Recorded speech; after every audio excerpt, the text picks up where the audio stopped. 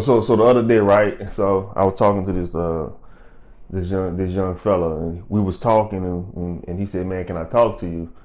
And I'm like, I was a little reserved about it. Like, what, talk about what? He said, "Man, can I talk to you? I just seen how you interacting with your son. Can I talk to you?" I said, "All right, cool, man. Let's talk. Let's chat a little bit." So we was sitting there, and we was talking. And the guy said, "Man, like, you know, how are you so connected with your son?" I'm like, "What you mean, how I'm connected with my son?" He's trying to figure out how y'all laugh and play like that. My son's 3 years old. You trying to figure out how your son engaging with you like that, where you can laugh and play like that. And I said, "You have kids?" He said, "Yeah, I have several kids." He said, "But I don't see my kids." I said, "What you mean you don't see your kid?" He said, "Well, the baby mama don't want to let me see the kid, and frankly, I'm too busy. I'm working, I'm trying to make money, I'm trying to make things happen. I got my goals and my dreams, I got my aspirations too." And I just look, and I wanted to use my words carefully because I really didn't know the guy like that. And I said, "Look, can I speak freely to you?" And like, yeah, I said, "The only goals and aspirations you should have is having a relationship with your kids, right?" I said, "You have a gift to be a father." I said, the gift of being a father goes like this. God called himself the father of all, and he gives you the same title that he has. So, man, you have a great gift of being called a father.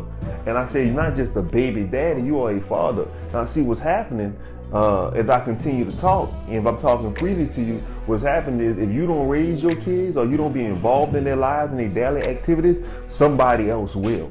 And see, somebody may not have the same compassion or love that you may have for your own kids because your kids came from you.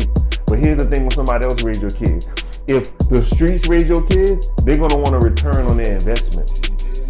You got to think about that. If you're putting your children in a place where they're not receiving that structure, that authoritative figure, if you're putting your kids in that position, you're leaving it up to chance that hopefully they make it, or hopefully things turn out good. See, I grew up without my father, and I know what it feels like having questions and not having them answered. Leaning on other men to be that father figure. And just because you desire a father figure, you may lean into somebody else who have the best interest for you. I recently heard a story about this guy. He was a famous rapper. I'm not going to say his name. He was a famous rapper, and he said he was in a boys group home. And he met a guy that was about 10 years older than him. At this time, this guy was 14 years old. And the guy was 10 years older than him. He was 24 years old, and him and the guy became friends. And he looked to the guy as a big brother father figure. He thought the guy had the best interest for him.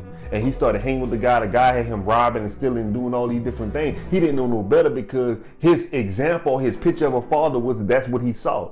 And he thought that was the father-son relationship. So what happened, the guy was smoking and he didn't smoke. The guy wound up lacing what he was smoking with crack. And this guy been addicted to crack ever since. And this guy's a famous world-renowned artist. So don't tell me that people in your life can affect the choice and decision that you make. No, it's not an excuse. Because we all have an age of accountability where when we get to a certain age, we're going to be responsible for the decision that we make.